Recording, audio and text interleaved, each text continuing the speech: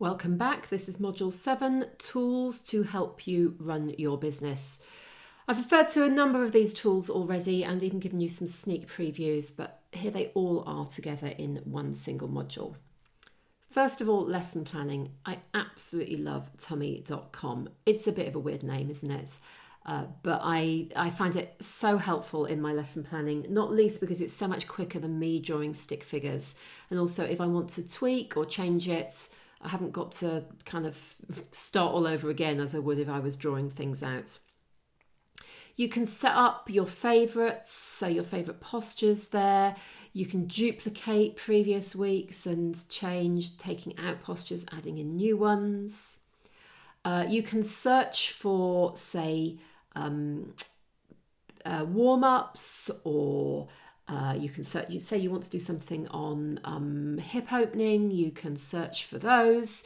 You can search by muscle group. And so it's kind of quite inspirational, really. You haven't got to be going into the depths of your memory or flicking through all of your yoga books in order to come up with some ideas.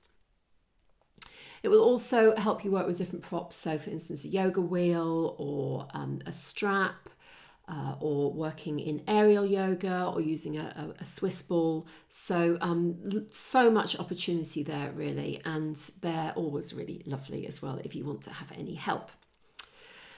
So the statistics that I've talked about already, you can get stats like the different muscle groups, the percentage of the style of the class. So you can see this, almost in my classes, there's always loads and loads of stretch, but I may sometimes be focusing more on inversions or twists or back bends. So you can see kind of what you're doing in your class. And my students really like to see what this focus is. It gives you verbal cues, so written cues going in and out of postures if you want to use them, a description of the posture, and also the Sanskrit, both written and you can listen to how it sounds as well. As I said, you can search by muscle group or type of asana. So if you, for instance, put in child, you'll find the normal child pose, but you'll also see a bunch of variations on child.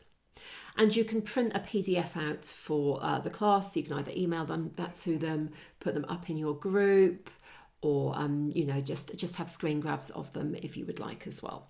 So that's tummy.com. It is paid for, but it's not hugely expensive. I think it's about £40-something a year. What about taking payments? Well, as you know, I use Instabook.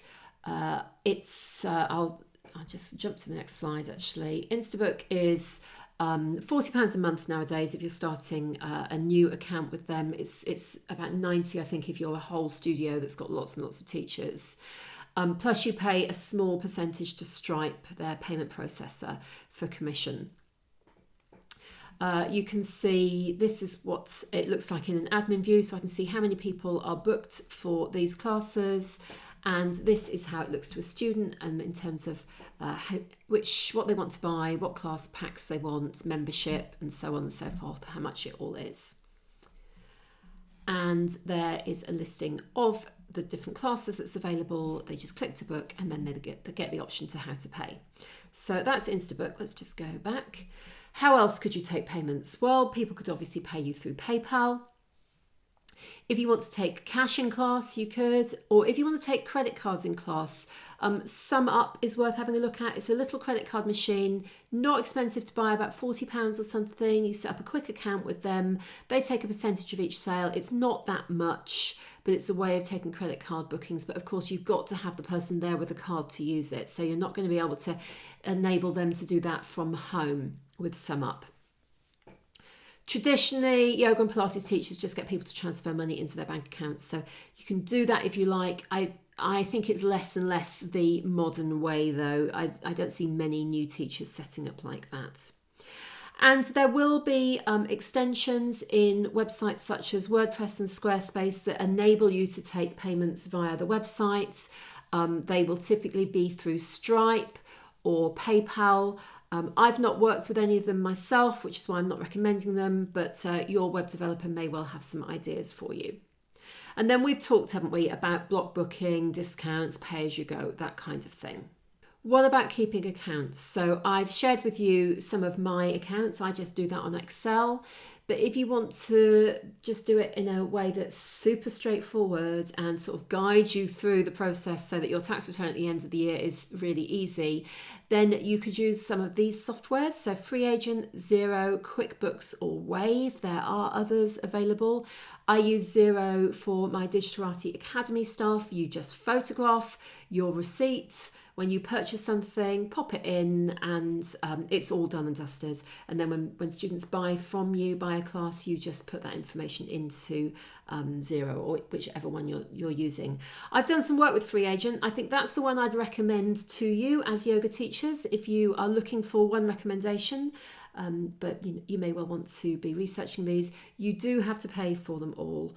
The government nowadays is insisting that if you turn over, I think it's about 70,000 a year, you have to use a product like this. You can't just do Excel and then get an accountant to submit your accounts at the end of the year. So you may well want to just get ahead of the curve here and use one of these packages.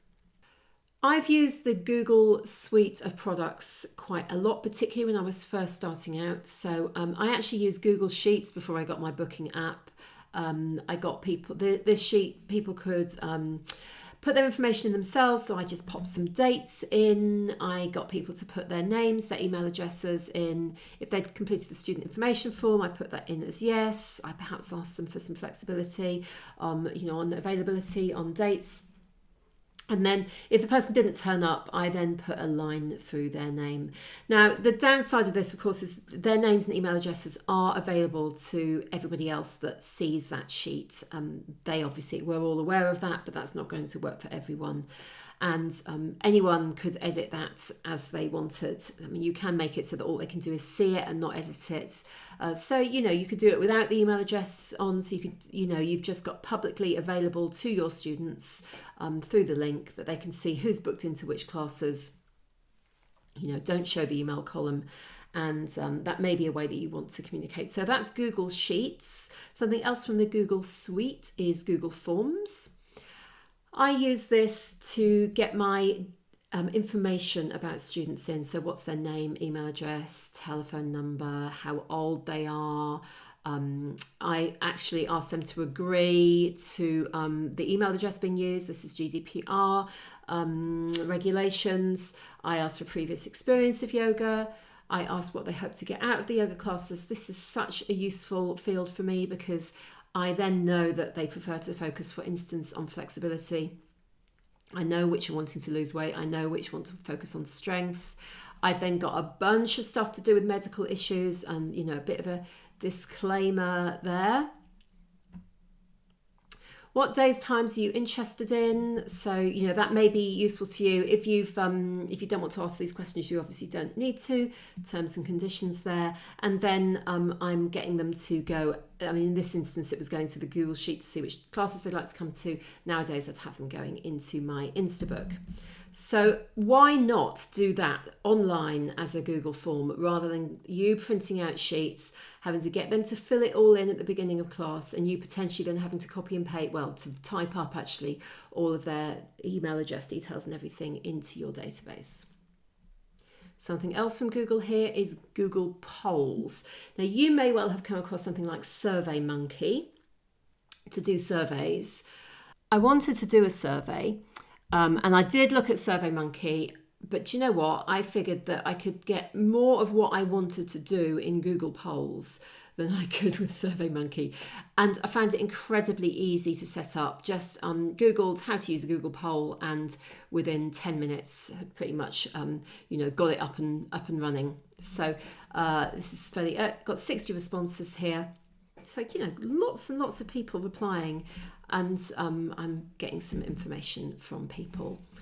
This is my existing students just seeing how they're finding the classes, what they are wanting to get out of it still, getting a few testimonials, that sort of thing. This is the result of that information sheet. I've concealed the email addresses and telephone and other addresses so you can't see them.